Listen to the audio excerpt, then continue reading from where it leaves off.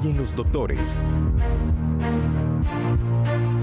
Los movimientos provocados por el Parkinson es un proceso incómodo para los pacientes. Sí, es una enfermedad, como decía mi hermana, degenerativa, que afecta todo, ¿verdad? Dar solo y negar eso a uno, Dios libre. Nuevos tratamientos prometen un mejor control, diagnóstico y hasta cirugías. Además, cada hora se reportan 108 atenciones por dolores de espalda en Centros de la Caja. Descubra cuáles son los ejercicios que le pueden ayudar a controlar el dolor. También, algunos alimentos resultan más peligrosos que fumar o vapear. Descubra la lista que levantan las alarmas de la alimentación. Acompáñanos en la cita médica de Hoy en Los Doctores, con Jennifer Segura. Hola, muy buenos días. Qué gusto que nos esté acompañando en esta cita médica. Ya le estábamos adelantando cuál es el tema que vamos a desarrollar el día de hoy con el médico que nos acompaña, neurólogo Roger Rodríguez, a quien le damos la bienvenida. ¿Cómo está, placer, doctor? Jennifer. Muchas gracias por la invitación. No, gracias a usted por recibirla. Y planteábamos al inicio, doctor, ¿verdad? Evidentemente todo lo que hay detrás. Y cuando estábamos conversando, yo le decía a usted, ¿qué no se nos puede escapar durante esta entrevista? Y usted me decía que no todo Parkinson es igual a temblar, pero no todo temblor es igual a Parkinson. Y me gustaría que empecemos por ahí, por esas señales que hoy por hoy nuestros televidentes pueden estar detectando o deberían estar detectando que nos lleve a prevenir esto. Claro, Jennifer. Creo que esa es de las cosas más importantes porque permiten que las personas puedan identificar los síntomas tempranamente. Normalmente, o conocimiento popular, cuando ven a alguien temblar de un brazo, los dos brazos, una pierna, lo primero que van a pensar es enfermedad de Parkinson. Sin embargo, el temblor de la enfermedad de Parkinson se caracteriza porque es un temblor en reposo, cuando la mano está quieta sobre una superficie. Pero también existen otras enfermedades neurológicas que pueden dar temblores cuando se hace alguna acción, se agarra un vaso, que esas no se relacionan con este tipo de enfermedad. Y además, solo un 30% de los pacientes con enfermedad de Parkinson, entre un 30 y un 60%, van a tener temblor en algún momento de la enfermedad. Hay un tercio de estos pacientes que puede que nunca tiemblen. Y hay síntomas que son más importantes y que son la base para el diagnóstico de esta enfermedad. ¿Y cuáles serían esos síntomas, doctor? Bueno, el síntoma más importante, el principal, es lo que nosotros llamamos bradiquinesia. ¿Qué significa en términos generales? Que empiezan con movimientos más lentos y menos amplios. Entonces, normalmente, cuando yo le pido a un paciente que haga un movimiento amplio, el paciente lo va a empezar a hacer mucho más lento para tratar de mantener la velocidad. Entonces, disminuye la amplitud y se ve que el movimiento no es tan rápido como él logra hacer. Entonces, la bradiquinesia es el síntoma pivot de esta enfermedad. Todos los pacientes con enfermedad de Parkinson tienen que tener este síntoma. Ahora, también pueden presentar rigidez, que significa que, en términos generales, yo le digo a los pacientes, es como que sienten que les falta aceite en las articulaciones para mover esa extremidad. Entonces, les cuesta más mover la extremidad. Incluso los pacientes, al caminar, la extremidad que está rígida, la van a balancear menos. Y eso es un signo que nosotros tendemos a buscar.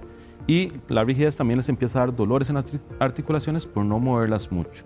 Está el temblor y muy tardíamente en la enfermedad, para completar estos 4 síntomas principales, es la inestabilidad postural. Entonces, si tenemos el movimiento lento con rigidez o temblor, ya podemos hacer un diagnóstico de algo que se llama parkinsonismo.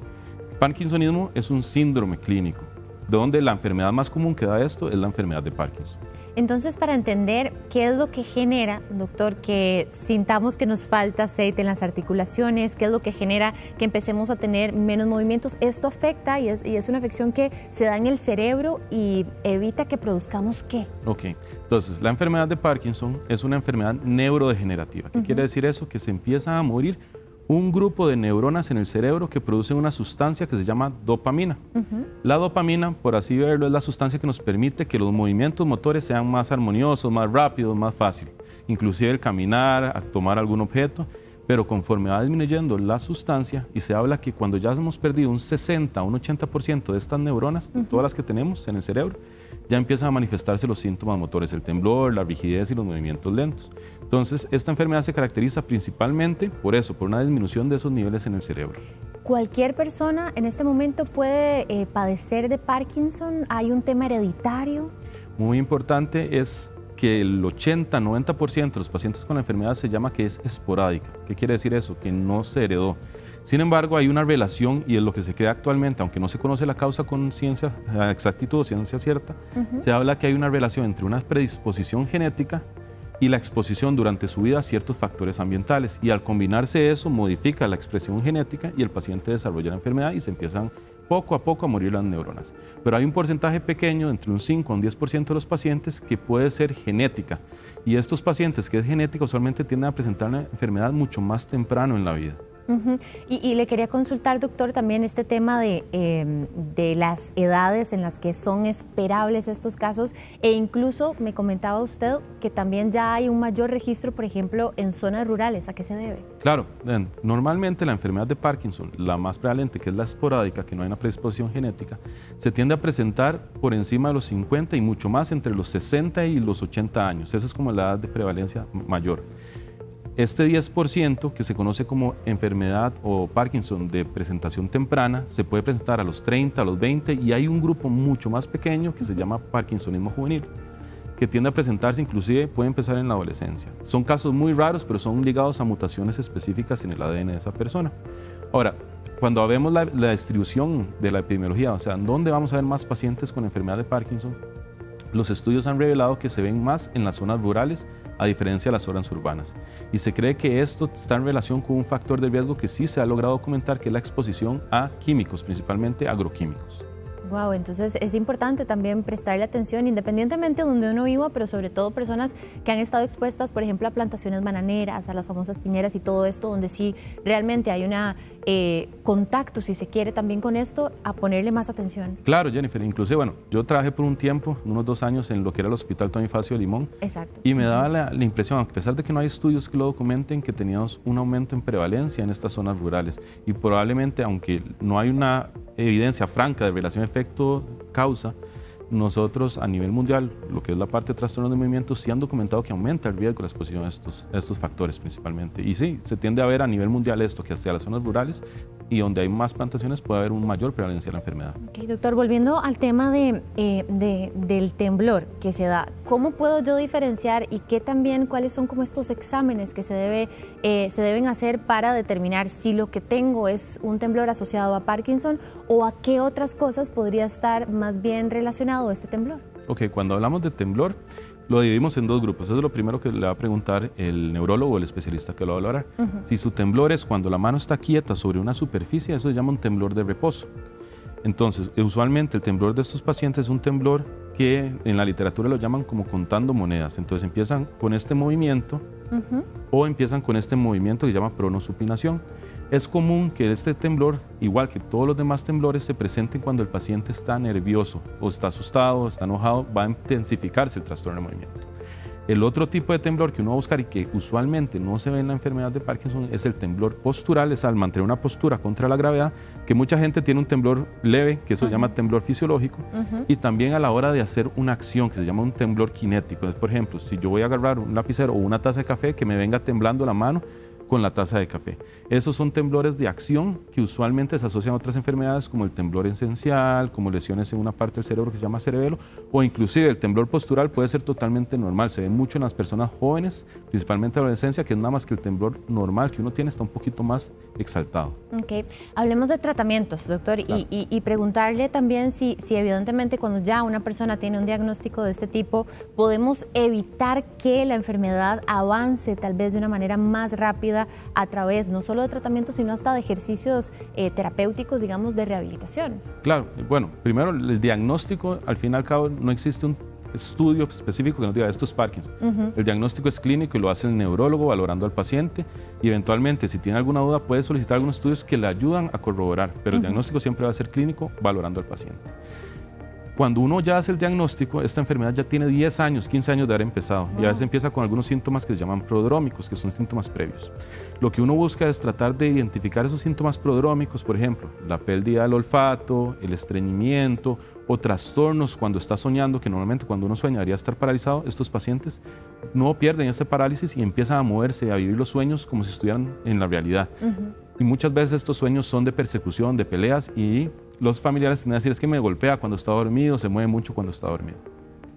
Una vez que hacemos el diagnóstico, a pesar de que lastimosamente en la actualidad no existe un tratamiento curativo de la enfermedad, es una enfermedad que progresa lentamente, se están haciendo esfuerzos para encontrar curas y hay muchos medicamentos ahorita en estudio, se puede dar un tratamiento sintomático, que es lo que busca es tratar de mitigar y controlar los síntomas como el temblor, los movimientos lentos y la rigidez para mejorar la calidad de vida del paciente. ¿Y cuál es este tratamiento? El principal de todos y la primera línea es darle el precursor de la dopamina al paciente.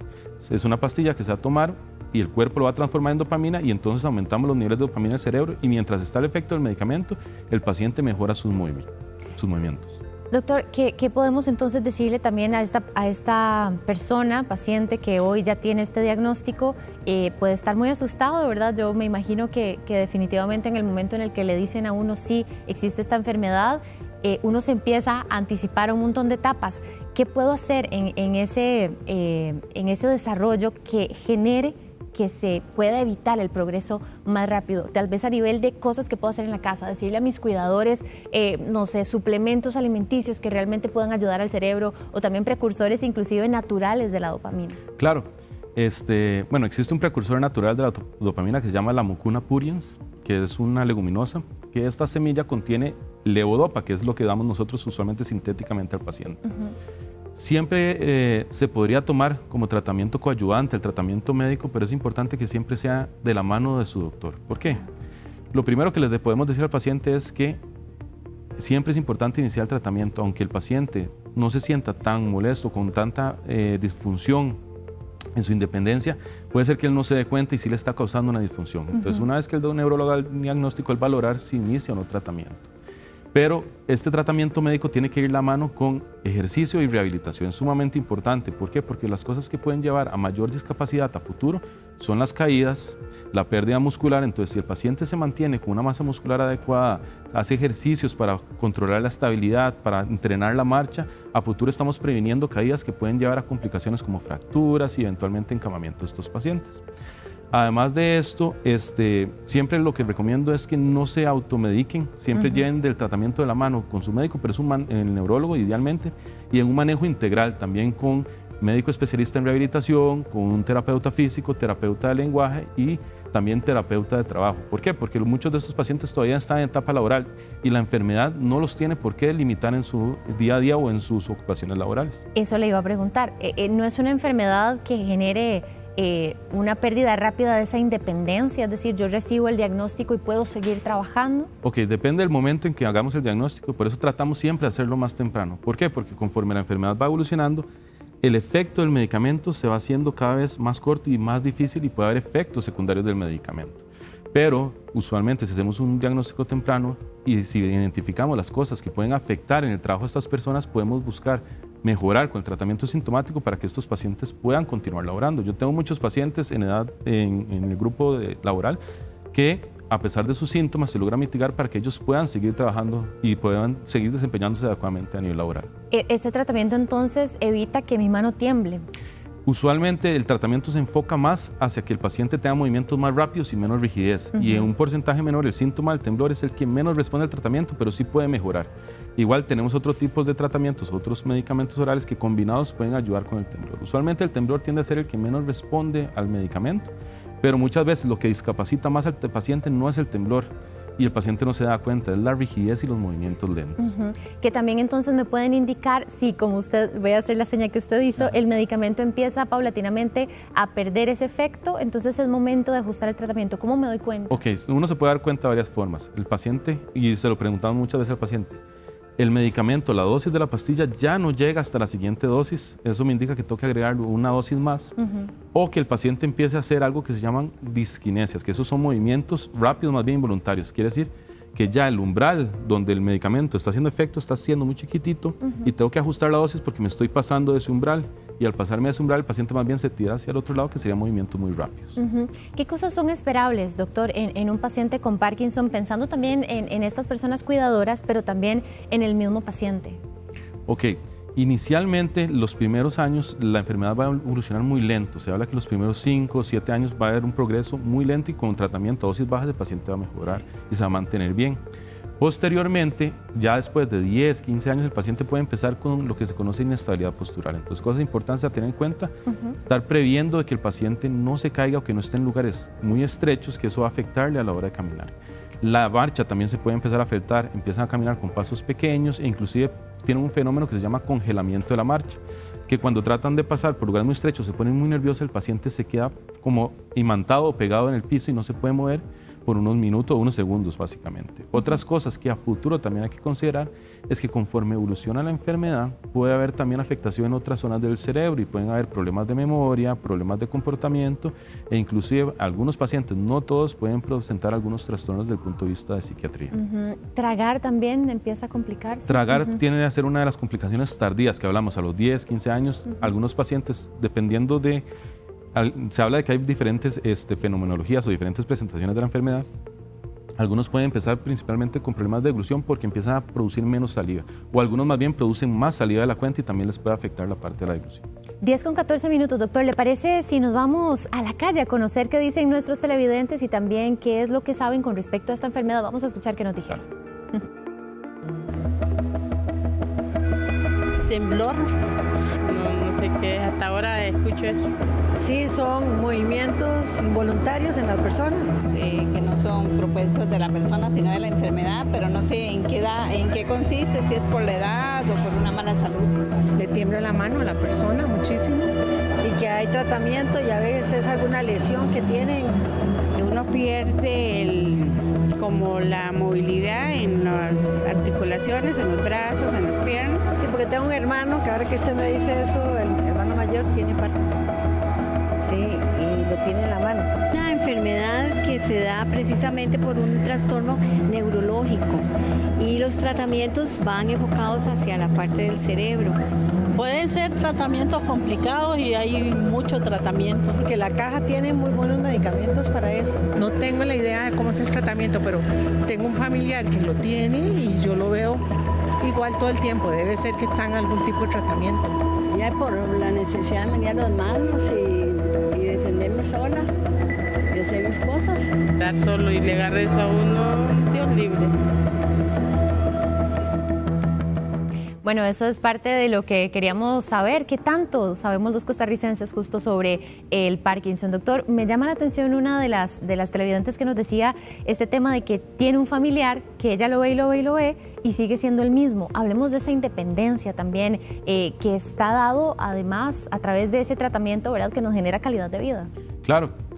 Y es lo que te decía, muchas veces los pacientes y los familiares no se dan cuenta de esos movimientos lentos, esa rigidez, pero lo que se busca al inicio temprano del tratamiento es mejorar esa parte.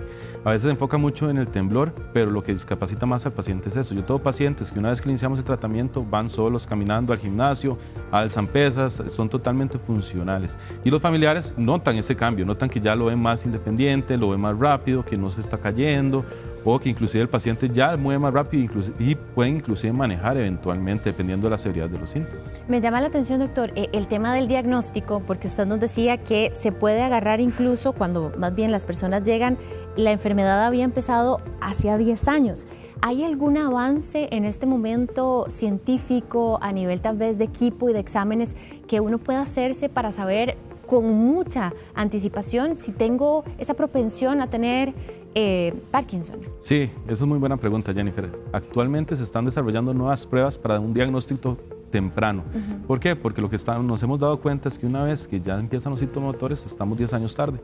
Queremos ver eventualmente un diagnóstico en los pacientes que empiecen, por ejemplo, con la pérdida del olfato, con los trastornos del comportamiento del sueño. Existen pruebas que se están haciendo para poder medir una sustancia que se llama alfa-sinucleína, que es una sustancia que se aumenta en el cerebro de estos pacientes. Entonces, con muestras en sangre, con muestras en una sustancia que se llama líquido cefalorraquídeo, estas pruebas se están desarrollando y probablemente en los próximos años van a empezar a entrar a nivel clínico y a nivel del país también.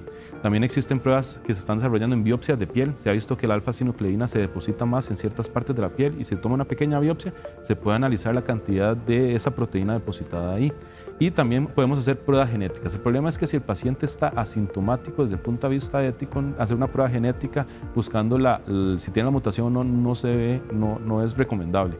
Sin embargo, si el paciente ya tiene antecedentes familiares de presentación temprana de esta enfermedad, uno podría valorar junto con el paciente en consejería genética realizar estas pruebas para ver si tiene esa predisposición para el grupo de las enfermedades que se presentan tempranamente. Doctor, y a nivel de la caja, actualmente, ¿con qué contamos? Es decir, yo estoy viendo hoy el programa Los Doctores en esta cita médica y yo digo, mira, han estado hablando cosas que a mí me está ocurriendo, no puedo ir a pagar un neurólogo por aparte, ¿qué hago? ¿Tengo esa atención o qué se puede hacer a nivel de Seguro Social? Ok, a nivel del Seguro Social, usualmente el primer reconocimiento y lo que es importante, si el paciente empieza con temblor, empieza con una marcha con pasos chiquititos que va más lento, es que sea valorado por los médicos de primer nivel, es decir, ya sea un médico especialista en medicina familiar o un médico general y que reconozcan estos síntomas.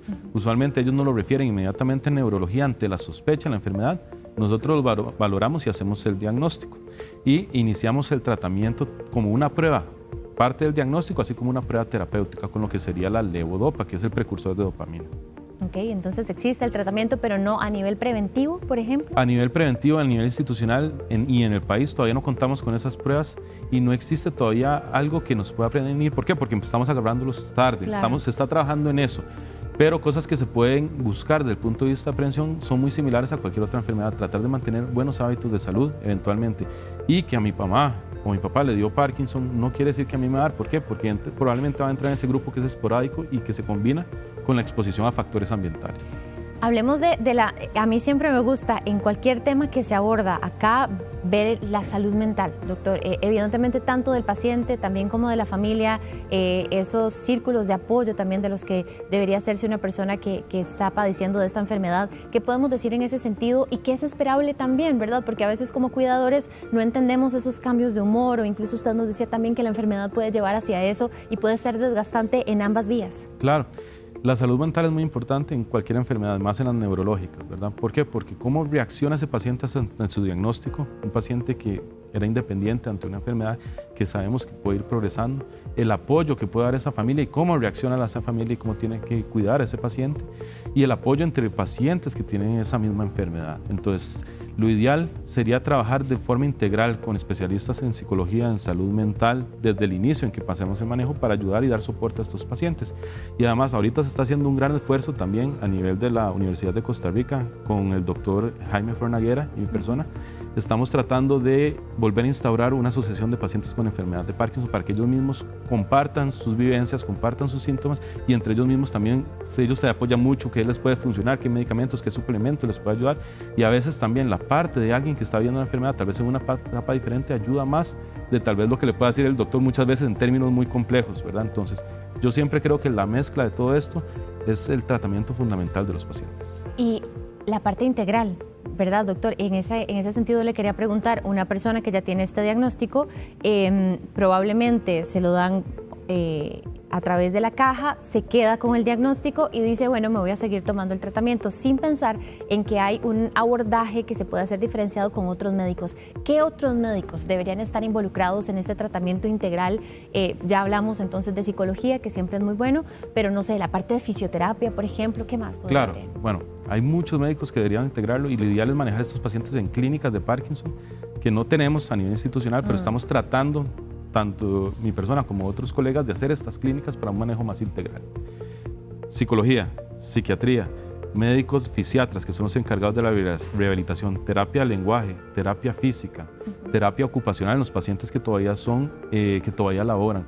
Y algo muy importante es que ya no solo tenemos tratamientos tomados, se ha avanzado a tratamientos quirúrgicos para tratar de mejorar los síntomas, no curativos, pero que mejoran síntomas. Entonces el trabajo del neurólogo o el neurólogo especialista en trastornos de movimiento junto con un neurocirujano puede ofrecer otras terapias, no en todos los pacientes, pero en los pacientes que califican para esas terapias. Bueno, es refrescante escuchar que por lo menos, aunque no lo tenemos, hay visionarios como ustedes en equipo también trabajando por eso y por la calidad de vida de estos pacientes. Doctor, son las 10:22 de la mañana, vamos a hacer una pausa y ¿sabe qué? ¿Con qué venimos? Venimos con el consultorio. Este es el momento en el que usted le hace directamente su pregunta al especialista. Escríbanos al 6440-6247 o llámenos al 2290-6247. Ya casi venimos, quédese con nosotros.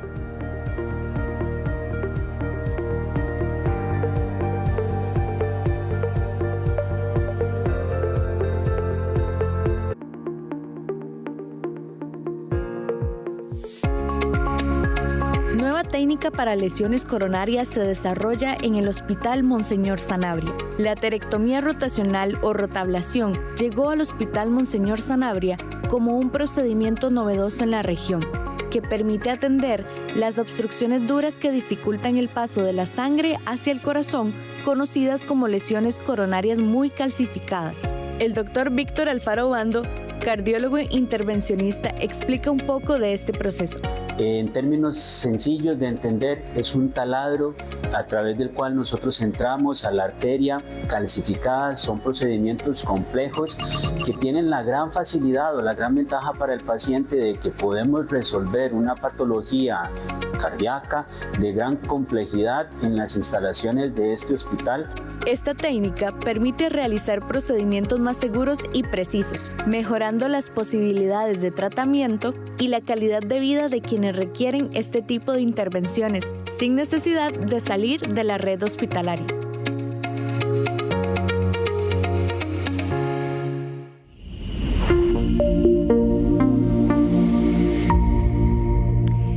Con 25 minutos de la mañana, qué gusto que sigue con nosotros y le damos la bienvenida a este espacio que es para ustedes, el consultorio. Hoy conversando con el doctor Roger Rodríguez, él es neurólogo, hablando también de Parkinson. Doctor, vea, aquí puedo bajar y bajar, hay muchísimas consultas, voy a tratar de ir leyéndolas porque algunas se están repitiendo, entonces creo que hay mucho, tienen mucho en común algunas, por ejemplo esta. Aquí la veo aquí y la veo aquí. Sí, los esteroides pueden dar temblores, doctor, cuando las personas están consumiendo algún otro tratamiento para poderlo de alguna manera descartar. Bueno, no es como de los síntomas o efectos secundarios más comunes de los esteroides, pero sí pueden dar un poquito de debilidad inicialmente muscular cuando son dosis muy altas, o pueden dar afectación del nervio, entonces sí podrían dar un poquito de temblor, pero como efecto secundario, pero no es tan típico, no es de lo más usual de ver. Ok, y tenemos, me dicen ya entonces, a doña Erika desde Cartago. Bienvenida, doña Erika, aquí a Los Doctores. Adelante con su consulta. Buenas, muchas gracias. Es un excelente programa. Para hacer una consulta, bueno, en realidad es solo del Parkinson, ¿verdad? Sí, mi mamá lo padecía. Ya ella falleció. Sí. Y otra consulta, yo quiero saber cuándo lograrán hablar, ahora que está un neurólogo, de las enfermedades incurables, como por ejemplo distrofia muscular. Yo la padezco y toda mi familia la padece. Entonces, esa es otra consulta que quisiera saber. Bueno, la segunda nosotros nos la anotamos y créame que el equipo de producción y también de contenido de Los Doctores ya lo está anotando para ustedes, porque efectivamente creo que es un tema del que podríamos hablar en el espacio. Pero con respecto a lo de su mamá, ¿usted tenía alguna consulta específica para el doctor? Era eso en realidad, saber en qué momento hablaban de la distrofia muscular. Ok, distrofia muscular, nos la anotamos, doctor. Sí, claro. Y si usted quiere también contarle a ella algo con respecto a esto, aprovechando que logró hacer el ingreso de la llamada. Perfecto, bueno, primero que todo, buenos días, doña Erika. Sí, las distrofias musculares son un grupo diferente de enfermedades, que esto más bien lo que afecta es el músculo y hay diferentes presentaciones, pero con mucho gusto podemos anotarlo, un tema futuro de poder desarrollar aquí. Doctor, verás que nos preguntan mucho sobre el tema de los tratamientos. Por ejemplo, aquí dice una que su mamá tiene 5 años de padecer de Parkinson. Después de varios medicamentos que no le funcionaban, el neurólogo le envió, voy a decirlo como lo dice aquí, pramipexol. Pero a veces le ayuda y a veces no. A ella le duelen mucho las manos y los pies por el tema del movimiento. ¿Qué le podemos recomendar? Ok, en este caso, 1, la rehabilitación es muy importante. 2, habría que valorar si hay que ajustar la dosis de pramipexol, igual que cualquier otro medicamento, se puede ir subiendo la dosis o distribuyéndolo en el día. Algo que pasa mucho con los pacientes con enfermedad de Parkinson es que los síntomas pueden que no se manifiesten durante todo el día. Puede ser que el efecto del medicamento lo mantenga, pero hay momentos específicos del día donde los puede presentar y eso a nosotros nos sirve mucho que el paciente lo identifique, porque así decimos, no, tenemos que agregar una dosis más o aumentar la dosis para que el efecto sea más duradero. También existen presentaciones de estos medicamentos de liberación extendida, cuando ocupamos mantener siempre un nivel del medicamento y después darle como esos impulsos con dosis de la levodopa, por ejemplo, para darle un poquito de empujón, pero siempre manteniendo una dosis del medicamento. Y si no, siempre el neurólogo podría valorar la posibilidad de tratamientos avanzados del Parkinson, ¿verdad? Bueno, le vamos a dar ahora la bienvenida a doña Maritza, quien nos hace su llamada desde Cartago. ¿Cómo está, doña Maritza? Hola, muy bien, gracias. Qué gusto escucharla. Cuéntenos cuál es su consulta para el doctor. Gracias. Excelente el programa. Muchas gracias. Mi pregunta para el doctor, viera que mi papá tuvo Parkinson de rigidez por 22 años, ya él falleció. Mi pregunta sería, ¿qué posibilidades hay de heredar esa enfermedad? Por ejemplo, en mi caso, mi papá Parkinson y varias varios familiares Alzheimer. Entonces, para saber qué posibilidades tenemos los otros miembros de la familia de heredar ese tipo de enfermedades. Claro que sí, muchas gracias. Okay, bueno, primero que todo, muchas gracias por la pregunta, doña Maritza. Como les mencioné, la gran mayoría de los grupos de enfermedad de Parkinson, si se presenta después de los 50 años, es lo que conocemos como esporádico. Entonces, que mi papá o mi mamá lo tuviera, no quiere decir que yo lo vaya a tener. Más el riesgo es mayor en los que se presentan de forma temprana, entre los 20, 30, 40 años, que esa sí tiene un factor genético, que esa mutación que tenía esa persona, si yo la heredé, sí me puede desarrollar la enfermedad. Pero si en el caso de tu papá empezó la enfermedad a los 50, 60 años, lo más probable es que si usted no se expone a los mismos factores que él se expuso durante su vida, no vaya a desarrollar la enfermedad.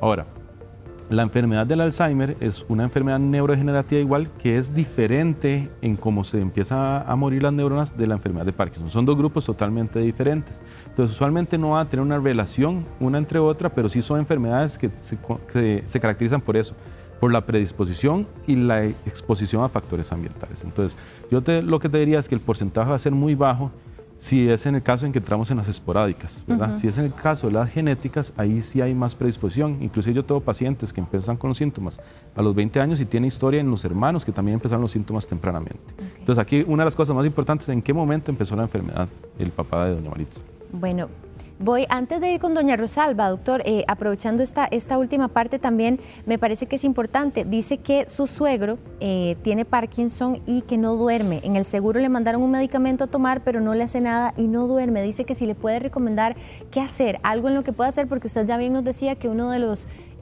las formas en las que afecta la enfermedad también cuando va avanzando es el tema del sueño, e incluso en etapas tempranas. Claro, el insomnio es uno de los síntomas que se va a presentar un poquito más tardío en la enfermedad, a diferencia del trastorno de comportamiento, y a veces tiende a ser muy difícil de tratar. Lastimosamente, a nivel institucional estamos un poquito limitados en las terapias que podemos ofrecer. Existen otras terapias que usualmente son medicamentos de lo que es el área de la psiquiatría, que se pueden utilizar a dosis más pequeñas para favorecer que el paciente le sueñe y que logre dormir. Entonces, una forma que podemos recomendar es que consulte con especialistas, ya sea un neurólogo o un psiquiatra, para valorar si su papá es candidato a este medicamento y poder probar con este medicamento, que es un poquito más potente en inducir el sueño. Bueno, ojalá le funcione. Vamos ahora a darle la bienvenida a doña Rosalba también desde IPIS de Goicoechea. ¿Cómo está? Muy amable, buenos días, muchísimas gracias por tan buen programa que tienen ustedes y por aceptar mi llamada. Más bien, es una preocupación grandísima. Mi mamá apareció más o menos a los 70 años con Parkinson y aparte de eso tenía otras enfermedades como el reumatismo severo, etcétera. Después apareció mi hermana mayor también con 70 años con Parkinson, ¿verdad? Y luego apareció otra hermana, pero ella dice, no tengo Parkinson. El problema es que tomo pastillas para ¿cómo se llama esto? Para el carácter. Toma unas pastillas rarísimas y ella dice que le hicieron el examen y que son las pastillas, pero ahora mi hijo también está tomando unas pastillas y aparece con ese movimiento en la mano, pero que yo noto que sí, o sea, aparte de que hay algo genético, ¿verdad? Pues estas personas tomaban esa pastilla.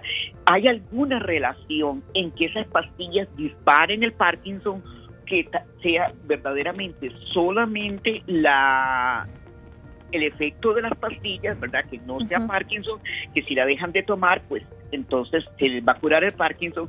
¿O qué se puede hacer? Porque mi hijo apenas tiene 45 años y yo hasta ahora, más o menos hace como unos 6 meses, es que le empiezo a ver ese movimiento en la mano, pero el movimiento de su mano, en las dos manos, es de los 3 dedos del centro, el anular y el más pequeño. Eso es todo, no le veo ningún otro efecto.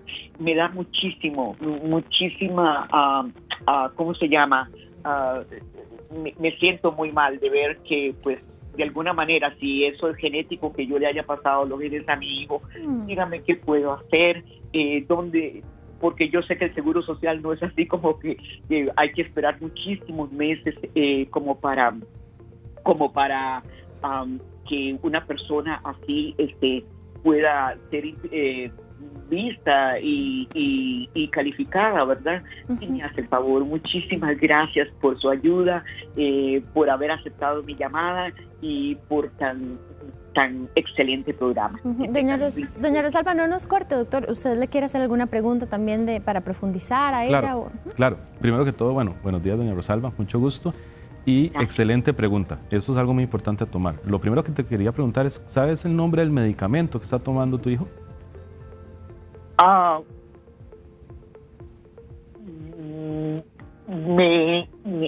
Tendría que ir a ver cuáles son las pastillas que toma. Denme un momentito. Bueno, voy a tratar de ir lo más rápido posible. Tranquila, mientras usted va a buscarlas, aquí el doctor puede ir contándole. Ajá. Entonces, respecto a la pregunta de doña Rosalba, yo les mencioné que el movimiento lento, la rigidez, el temblor y la inestabilidad postural forman algo que se llama un síndrome de parkinsonismo. Y les dije que no siempre esto es Parkinson. La gran mayoría de las veces sí, pero también hay otras patologías que pueden similar o imitar a lo que es el Parkinson y entran dentro del parkinsonismo. Dentro de esto existe el parkinsonismo inducido por medicamentos, principalmente medicamentos que utilizan desde pacientes con trastornos psiquiátricos, pacientes con esquizofrenia, trastornos de comportamiento, pacientes con depresión. Algunos de estos medicamentos a dosis altas y por mucho tiempo pueden producir algo que se llama un síndrome tardío, así se llama en los términos médicos, pero básicamente es que estos medicamentos, principalmente los que se utilizan con el comportamiento, pueden afectar la interacción de la dopamina en el cerebro y pueden dar síntomas similares al Parkinson, que en este caso nosotros como especialistas lo que nos toca es tratar de suspender el medicamento o cambiarlo por otro que sabemos que no hace tanto efecto y observar al paciente. Y muchas veces esos síntomas, si son secundarios al medicamento, van a resolver entre 6 meses a 1 año de haber suspendido el tratamiento. Y existen algunos estudios que podemos hacer a nivel institucional que nos permiten ver si esos síntomas de ese paciente son porque disminuyeron las neuronas dopaminérgicas porque se está muriendo de una enfermedad de Parkinson, o más bien es porque se está bloqueando donde llega la dopamina, que eso es lo que hace estos tipos de medicamentos. Y así podemos distinguir. Doña Rosalba, si sigue ahí, estamos esperando nada más el nombre del medicamento. Claro que sí. Bueno, él tiene aquí un arsenal, tiene 6. Tiene una que se llama levomepromacina, es 25 miligramos. Tiene uno que se llama aloperidol, de 5 miligramos. Tiene una que se llama carbamazepina, de 200 miligramos. Tiene una que se llama irbesartán, para la presión. Y tiene otra que se llama venlafaxina. Perfecto, doña Rosalba. De esos que me mencionó, al menos 3 de los que mencionó pueden estar asociados al desarrollo del Parkinson inducido por medicamentos. ¿Qué es lo que recomienda uno aquí? Primero, que sea valorado por especialistas, porque si se está dejando el especialista psiquiatra para controlar su patología psiquiátrica, no es buena idea suspenderlos de golpe. Lo que tiene que hacer es con el médico especialista que le dejó el medicamento, ver si se puede hacer un cambio a otros que tienen menos riesgo de desarrollar el parkinsonismo inducido por fármacos. Y observar que si hacemos ese cambio, el paciente mejora del temblor, ¿verdad? O mejora de la rigidez o movimiento lento, probablemente es secundario a eso. Pero usualmente esta mejoría es un poquito lenta, tarda entre 6 meses a 1 año. Si el paciente no mejora con eso, entonces ahí se lo tiene que mandar al neurólogo porque el neurólogo tiene que plantear la posibilidad de que además estamos ante una enfermedad de Parkinson. Entonces lo primero que yo le recomendaría a doña Rosalba es valorar con el psiquiatra, el especialista que está viendo a tu hijo, si es posible cambiar ese medicamento por los síntomas que está presentando, que pueden ahí confundirnos con la enfermedad de Parkinson. Doña Rosalba, muchísimas gracias por haber hecho la llamada. Esperamos que de verdad haya sido de muchísima utilidad para usted. Y yo me quería quedar también, antes de irnos con nuestro compañero Pablo Campos, que ya se está listando, brevemente con algo que dijo ella, porque también hay un tema hasta de culpa. Ella decía, me da mucha, ¿verdad?, congojita, creo que fue la palabra que utilizó, el tema de haberle yo pasado el gen a mi hijo, ¿verdad? Y todo este tema de la parte hereditaria. Eso también, ¿cómo lo podemos resignificar, doctor? Porque al final de cuentas no somos culpables de eso. Totalmente de acuerdo, Jennifer. No es culpa, y la parte genética es algo que heredamos y que no tenemos control sobre eso. Y no siempre que yo tenga una enfermedad se la voy a heredar a mi hijo. Eso es otra cosa muy importante.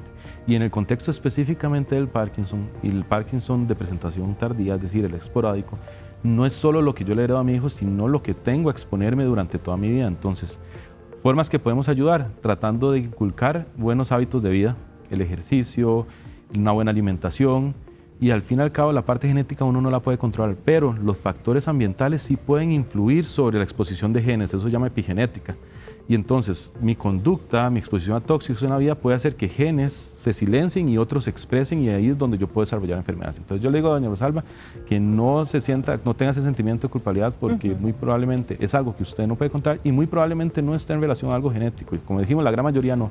Pero primero entonces empecemos a ver si es causa de los medicamentos.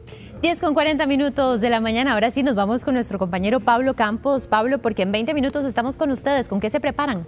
Hola Jennifer, buenos días para usted, al doctor y a todos los que están viendo hoy el programa. Invitados para que sigan en Teletica y nos acompañen a partir de las 11 de la mañana, porque les vamos a presentar detalles de un tema que muchísimos se han cuestionado. Ha visto que algunas personas le tapan la cámara al celular o también a la computadora por el miedo o riesgo de que los estén vigilando.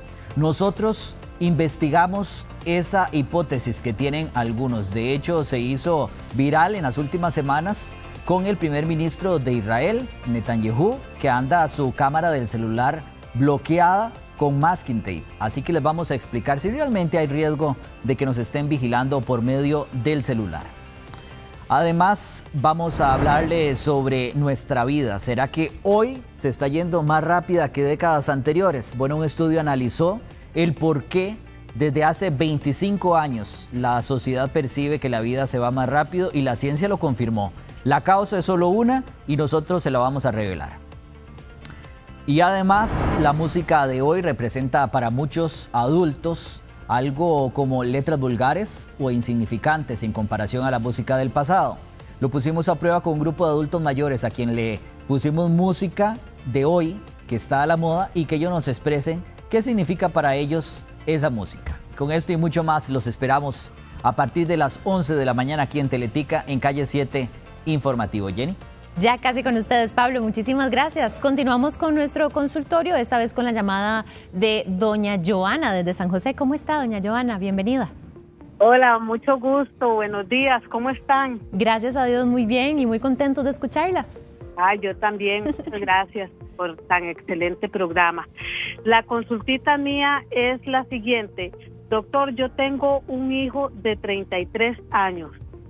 Y vieras que hace como de 3 años para acá o 4 años para acá, él tiene un leve temblor en las manos. Mi hijo es totalmente sano, no toma medicamentos de ninguna clase nunca, de hecho no le gusta ni tomar para un dolor de cabeza, y tiene como, pero es muy leve, digamos, tiene uno que agarrarle la mano para o verle los dedos para verle uno de verdaderamente es un temblor así mínimo.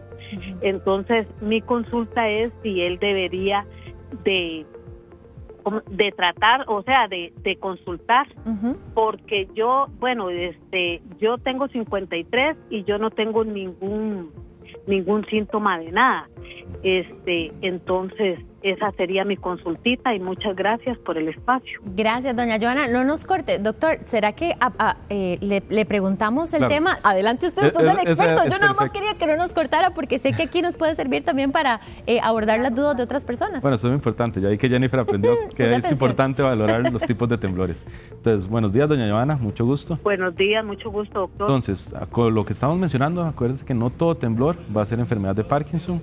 Y la pregunta que yo le haría, ¿ese temblor usted se lo ha visto a él cuando hace alguna acción, tiene las manos tiradas, agarrando algún objeto, o más bien cuando tiene las manos quietas sobre las piernas, sobre la silla?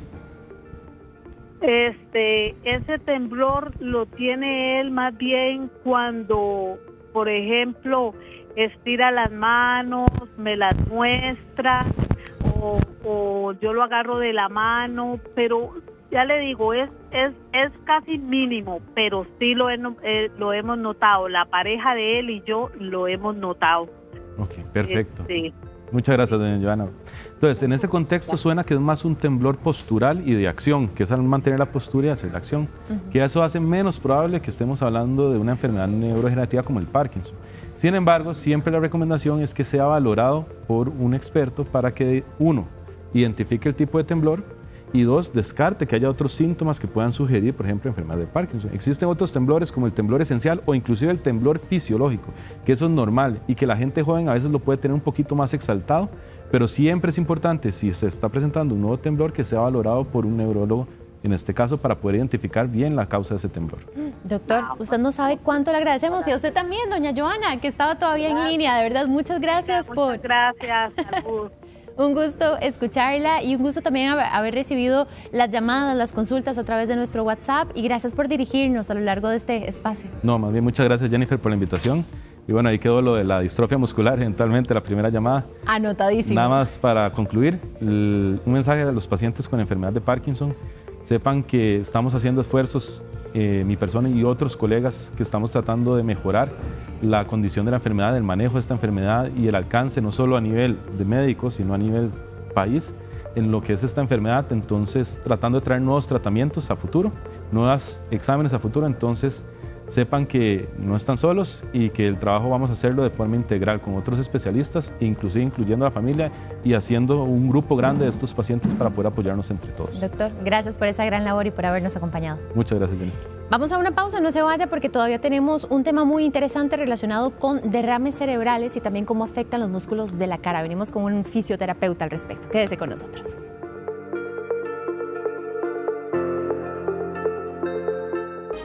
Al volver de la pausa, cada hora se reportan 108 atenciones por dolores de espalda en Centros de la Caja. Descubra cuáles son los ejercicios que le pueden ayudar a controlar el dolor. También, algunos alimentos resultan más peligrosos que fumar o vapear. Descubra la lista que levantan las alarmas de la alimentación. Todos los detalles al volver de la pausa, aquí por Teletica.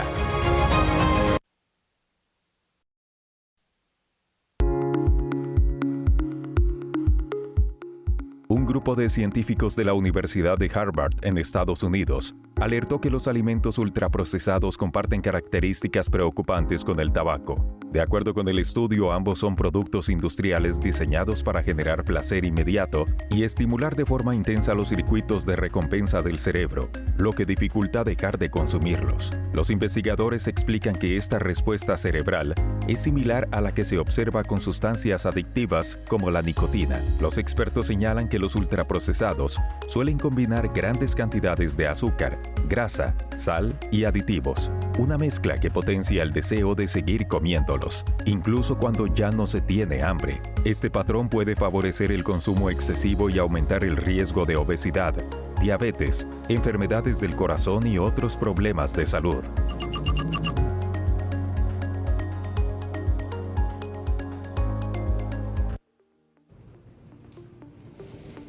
10:49. Cuando se habla de derrame facial, generalmente se refiere a un derrame cerebral que afecta a los músculos del rostro. Esto ocurre cuando el flujo de sangre al cerebro se interrumpe y una parte del cerebro deja de recibir oxígeno. Como resultado, la cara puede verse torcida o incluso como caída de un lado. ¿Lo ha notado usted también en alguna persona? Bueno, justamente las personas que son víctimas de esta condición pueden acceder a terapias. Esa es la muy buena noticia para recuperar la movilidad, y es un tema que vamos a conversar de una vez, de hecho con un testimonio muy poderoso también de Rachel Ramírez, que nos acompaña esta mañana, y por supuesto también dirigidos por el fisioterapeuta don Pablo Campos. ¿Cómo está? Mucho gusto, muchas gracias por la invitación. Qué gusto tenerlos a los dos, además con un testimonio como el tuyo. Rachel, ¿cómo estás? Muy bien, ¿usted? Bien, gracias a Dios. Podemos empezar entonces dando esta buena noticia, además claro con el testimonio sí. de Rachel, ¿verdad? Sí, sí. Tal vez comentarles que digamos que el derrame cerebral es una condición, como decía usted, que afecta a los músculos y que antes se solía agregar solo a personas adultas mayores, pero hoy en día estamos teniendo situaciones de gente joven que también tiene. Rachel hace 4 años sufrió un evento cerebrovascular que le afectó la cara y el hemicuerpo izquierdo. Entonces esto la dejó sentada en una silla de ruedas con imposibilidad de actividades como levantarse, caminar y hacer sus actividades de la vida diaria. Y hoy, Rachel, ¿cómo estás? Después de estos 4 años de fisioterapia, y nos gustaría mucho escucharte porque definitivamente creo que sos la luz para muchas personas que pueden estar atravesando un diagnóstico como este. Bueno, gracias a Dios con las terapias me he recuperado bastante. Logrado salir adelante con la parte buena de mi cuerpo, ¿verdad? La parte derecha, y con terapias y ejercicios he salido adelante. Ahí poco a poco he dejado la silla de ruedas, ahorita camino con ayuda de un bastón, pero gracias a Dios y haciendo cada día mi vida más independiente. Y la mentalidad es todo en medio de un proceso como este, ¿verdad? Es primordial porque hay que ser muy fuerte para poder tener la valentía de seguir adelante y querer recuperarse con terapias y con todo. O sea. ¿Nos puede explicar, Pablo, usted entonces qué tipo de ejercicios se pueden hacer para recuperar esa movilidad y pasar de una silla a prácticamente caminar nuevamente con un bastón? Claro, lo más importante quizás es entender, que me voy a hacer aquí al lado de Rachel, que hay una diferencia en el paciente neurológico entre debilidad muscular y debilidad neural. La debilidad muscular la podemos tener por diferentes lesiones, pero lo que pasa es que en el hemicuerpo o en el cerebro del lado derecho de Rachel, que sufrió la lesión, entonces se afectó todo el hemicuerpo izquierdo. Esto provocó que los impulsos que tienen que salir del cerebro a la médula y de la médula al músculo bajan débiles. Entonces no alcanza única y exclusivamente con ejercicios de fuerza. Necesitamos mejorar la sensibilidad. Yo no puedo mejorar el movimiento de partes que no siento. Entonces, una de las actividades que precisamente hacemos al inicio del proceso es como recobrar esta sensibilidad. Voy a hacerme aquí atrás de Rachel para poderles mostrar algo que es muy importante. Esta postura que es muy típica, es un patrón flexor que es muy típica de la secuela del derrame cerebral, se conoce como reacción asociada. Es un intento del sistema nervioso de reparar, pero lo hace mal. Se conoce como plasticidad cerebral mal adaptativa. Entonces, ¿qué es lo que pasa? Si yo a ella con este patrón patológico la pongo a hacer ejercicios de fuerza, va a aprender a fortalecer el patrón malo. Sí, entonces lo que tenemos que enseñarle es a coordinar el movimiento. Entonces, es muy sencillo que si esta mano tiende a cerrarse, yo inicio con actividades de sensibilidad en la mano, para poder tener una apertura. Esto es poco agradable para ella, pero por eso la colocamos así de esta manera. Y le voy a pedir a Rachel que me tenga el bastón de ese lado y entonces enseñarle a la mano poco a poco a abrir y que su mirada vuelva a ver su mano para que la vuelva a reconocer. Y entonces por eso en la casa siempre le decimos a los familiares, póngale texturas, por ejemplo, esto que es rugoso, esto que es un poco más suave. Y esto nos permite poco a poco ir integrando el movimiento de la mano para tener una apertura más correcta. Me gustaría escuchar a Rachel, ¿qué pasa en ese momento en el que empezás a hacer estos ejercicios en tu cuerpo? Poco a poco se empieza como a recordar cómo se siente esa parte del cuerpo que ya uno perdió la sensibilidad. ¿Y esto lo haces cada cuánto? Esto se hace en terapia en la casa como 3 veces por semana. 3 veces por semana es lo ideal. Sí, es que buscamos hacer una dosificación, por eso es tan importante que los pacientes entiendan que tienen que buscar a un especialista en rehabilitación neurológica. Nosotros trabajamos medio un concepto que se llama concepto OVAT, que en el país hay aproximadamente unos 127 especialistas, tanto en la parte privada como en la parte pública. Es el fisioterapeuta especializado en neurorehabilitación es el que le puede guiar porque cada caso es independiente. La vía que se encarga de mover el cuerpo tiene más de 1 millón de fibras. Entonces, que se repita un paciente a otro es una relación de 1 en 1 millón. Entonces tenemos que buscar evaluar bien y poder dosificar bien los ejercicios. Nos traía usted también esto que yo sé que muchos en casa los reconocemos, ¿verdad? Porque además son muy accesibles incluso de conseguir. Es una parte muy importante porque como ella tiene el lado derecho, bueno, es el lado que más usa, no lo podemos descuidar. ¿Sí? Porque es el que más la va a sostener. Entonces, algunos ejercicios que nosotros le ponemos estando ahí sentado, yo le puedo pedir a Rachel que suba el brazo, ¿sí? Pero yo le voy a poner la resistencia y entonces le pido suba el brazo y entonces esta extensión es la que le va a ayudar a mejorar el control de tronco. ¿Por qué es tan importante? Porque estábamos diciendo anteriormente que ella tiene un patrón flexor. Entonces, si yo más bien le estimulo ejercicios flexores, voy a volver a fortalecer su patrón patológico. Entonces, vamos a irnos guiando en actividades que generen extensión. O, por ejemplo, desde este punto yo le puedo enseñar a ella a ponerse de pie, que va a ser muy importante. Entonces, yo la guío y le digo que nos vamos a poner de pie y que cuando se ponga de pie, suba el brazo y que ahora se siente. Vamos a ponernos de pie y que suba el brazo. Esto lo que va es estimular el patrón extensor, porque lo que necesitamos fortalecer son los músculos que son antigravitatorios. Porque por la lesión el cuerpo busca hacer flexión para ir a favor de la gravedad como medida de protección. Claro. Pero nosotros tenemos que mejorar el equilibrio más que la fuerza muscular. ¿Qué se hace en el rostro? Porque sabemos, ¿verdad? Cuando uno ve a una persona con estas características, sabemos reconocer que eso es lo que ocurre, pero luego le perdemos el hilo a lo que está ocurriendo y qué hay detrás de una rehabilitación como la que hoy presenta Rachel. Vean qué importante está esto que usted pregunta. Porque, digamos, Rachel es una mujer joven y evidentemente nuestra carta de presentación es la cara. Claro. Entonces, siempre les mandamos a hacer ejercicios, pero si el derrame cerebral o la parálisis facial que usted tiene es central, o sea, quiere decir que fue provocada por el derrame cerebral, no se aconseja trabajar frente a un espejo, porque esto puede alterar, ¿cómo se llama?, el esquema corporal. Si es una parálisis facial periférica, que es la más común, entonces sí se recomienda porque no hay daño cerebral. Pero lo que se hacen son, por ejemplo, enseñarle ejercicios a ella que con su lado bueno venga a estimularse la ceja para que suba las cejas, para que cierre los ojos, para estimular la sonrisa. Y entonces acá nosotros normalmente en terapia buscamos estimular específicamente los músculos para moverlos porque estos los usa más y estos los usa menos, y lo que buscamos es la simetría de la cara. Entonces la podemos poner a silbar, que con una pajilla sople agua o que con burbujitas de jabón empiece a hacer. Lo que tampoco se recomienda, que antes se usaba mucho, es mascar chicle. No es recomendado porque lo va a hacer solo con el lado sano. Claro. Y entonces, como perceptivamente no lo reconoce, no es recomendado que masquen chicle. Rachel, hoy 4 años después de lo que te sucedió, ¿qué sentís diferente? No solamente a nivel físico, sino también, ahora hablabas de valentía, este músculo que también hay que ejercer en la vida para poder lograr resultados.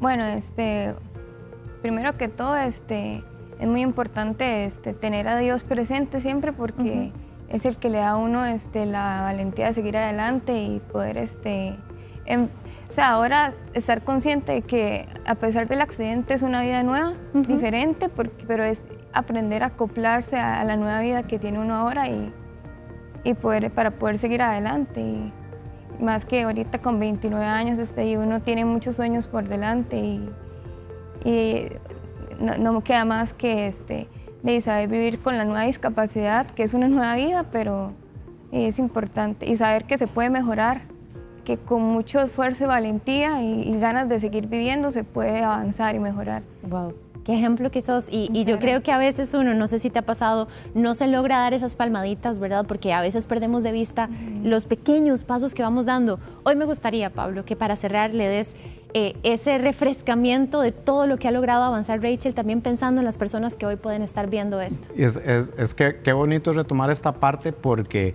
dentro del cerebro nosotros tenemos algo que se llama comportamiento motor emocional.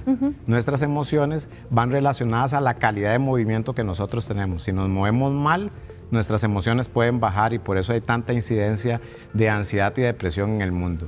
Rachel a los 25 años, ¿verdad?, con una vida por delante, sufrió esta lesión, pero el apoyo que ha tenido principalmente de su padre y del equipo de terapia, también ha tenido mucho apoyo psicológico y hay cosas que ella no está contando, pero yo las voy a contar. Exacto. Ella retomó el estudio, está estudiando idiomas, ayuda a su papá en las cosas de la casa, ya se está mudando sola, se cocina sola y tiene mucha actividad, ¿cómo es que se llama?, de vida diaria de forma funcional. Bueno, les agradecemos muchísimo a ambos, de verdad. Mucho gusto. Pablo, Rachel, un placer de verdad haber conectado con vos, haberte conocido. Sé que para nuestros televidentes en este momento sos testimonio de esa valentía y de que sí se puede salir adelante a pesar de cualquier circunstancia con el carácter correcto. Así que muchísimas gracias a ambos, de verdad, gracias a ustedes también. Esperamos que este programa haya sido de muchísima utilidad. Quedan los contactos también si usted está atravesando o alguien en su familia una situación como esta para que contacte al experto que hoy nos acompañó. Estamos para servirle. Gracias a ustedes. Quedan ahora con Calle 7 Informativo. Los esperamos. Recuerde que usted tiene una cita médica todos de lunes a viernes a partir de las 10 en punto de la mañana. Que estén muy bien. Dios los bendiga. Hasta luego.